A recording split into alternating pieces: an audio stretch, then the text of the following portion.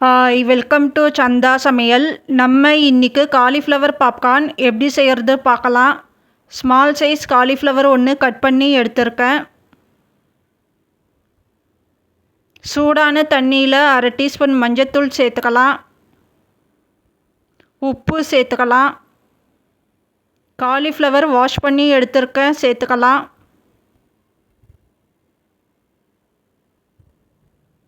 Cauliflower சேர்த்துட்டு mix பண்ணிக்கலாம். இப்போ 2 நிமிஷம் கொதிக்கட்டும். இப்போ ஸ்டவ் ஆஃப் பண்ணிடலாம். இப்போ ஒரு பிளேட்டுக்கு மாற்றிக்கலாம்.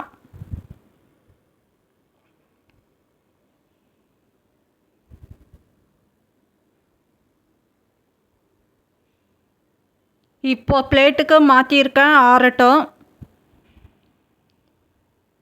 இப்போ ஒரு பாத்திரத்தில் அரை கப் மைதா மாவு சேர்த்துக்கலாம். அரை கப் சோள மாவு சேர்த்துக்கலாம். 3/4 டீஸ்பூன் மிளகாய்த்தூள் சேர்த்துருக்கேன். நான் மிளகாய்த்தூள் குறைவாக சேர்த்துருக்கேன். நீங்கள் உங்கள் காரத்துக்கு ஏற்ப சேர்த்துக்கோங்க. அரை டீஸ்பூன் மிளகுத்தூள் சேர்த்துக்கலாம். அரை டீஸ்பூன் ஜீரகத்தூள் சேர்த்துக்கலாம். உப்பு தேவையான அளவு சேர்த்துக்கலாம்.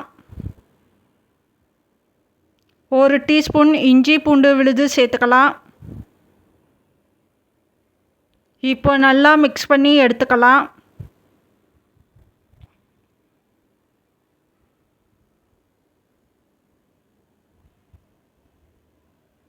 இப்போ மிக்ஸ் பண்ணி எடுத்துருக்கேன். இப்போ காலிஃப்ளவரை கொஞ்சம் கொஞ்சமாக எடுத்து இந்த மாவில் போட்டு எடுத்துக்கலாம். மீதி இருக்கிற காலிஃப்ளவரையும் மாவில் போட்டு எடுத்து ஒரு பிளேட்டுக்கு மாற்றிக்கலாம். இப்போது மீதி இருக்கிற மாவில் 3 டீஸ்பூன் தயிர் சேர்த்துக்கலாம். 1 டீஸ்பூன் சோயா சாஸ் சேர்த்துக்கலாம். இப்போ தண்ணி சேர்த்துக்கலாம். தண்ணி சேர்த்துட்டு மிக்ஸ் பண்ணிக்கலாம். தண்ணி எடுத்த உடனே ரொம்ப சேர்த்துட வேண்டாம், கொஞ்சம் கொஞ்சமாக சேர்த்து மிக்ஸ் பண்ணிக்கலாம்.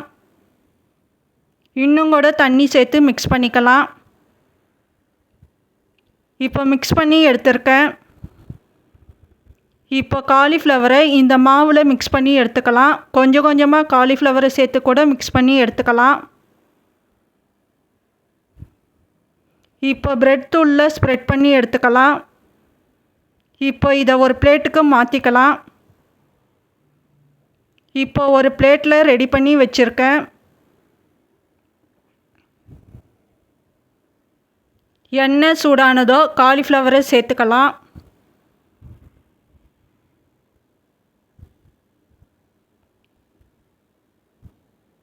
இப்போ மீடியம் ஃப்ளேமில் ஃப்ரை பண்ணிக்கலாம். இப்போ ஃப்ரை ஆகியிருக்கு, ஒரு பிளேட்டுக்கு மாற்றிக்கலாம். இப்போ நமக்கு காலிஃப்ளவர் பாப்கார்ன் ரெடி ஆகிடுச்சு. இந்த சேனல் பிடிச்சிருந்தால் லைக் பண்ணுங்கள், ஷேர் பண்ணுங்கள், சப்ஸ்கிரைப் பண்ணுங்கள்.